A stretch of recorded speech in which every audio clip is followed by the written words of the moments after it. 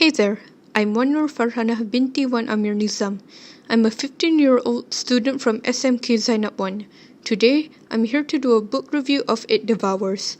It's a novel written by Joseph Fink and Jeffrey Craner, both best known for writing the popular horror fiction podcast Welcome to Night Vale. It's a great story with lovable characters and interesting themes, but before we begin deeper, a quick summary. Nilanjana Sikdar is an outsider to the mysterious town of Night Vale, where every conspiracy theory is true. Working for Carlos, the town's top scientist, she relies on fact and logic as her guiding principles. But all of that is put into question when Carlos gives her a special assignment to investigate a mysterious rumbling in the desert wasteland outside of town.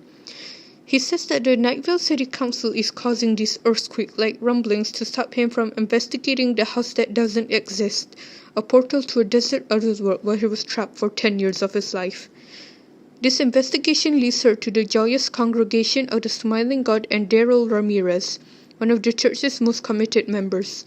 Caught between her beliefs in the ultimate power of science and her growing attraction to Daryl, she begins to suspect that the congregation is involved in a ritual that could threaten the very existence of Night Vale and its residents.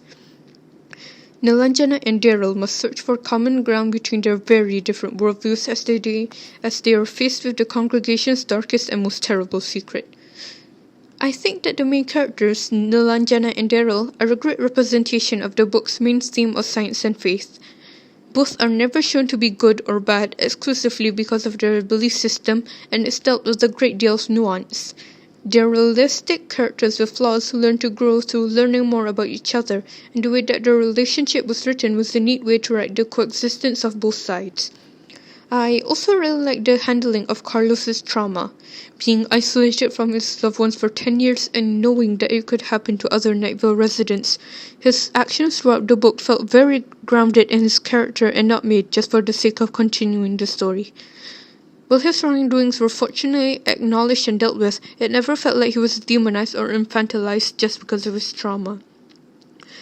The writing also manages to catch the fun flair of weirdness that Night Vale's vibe has without sacrificing the understandability of the text.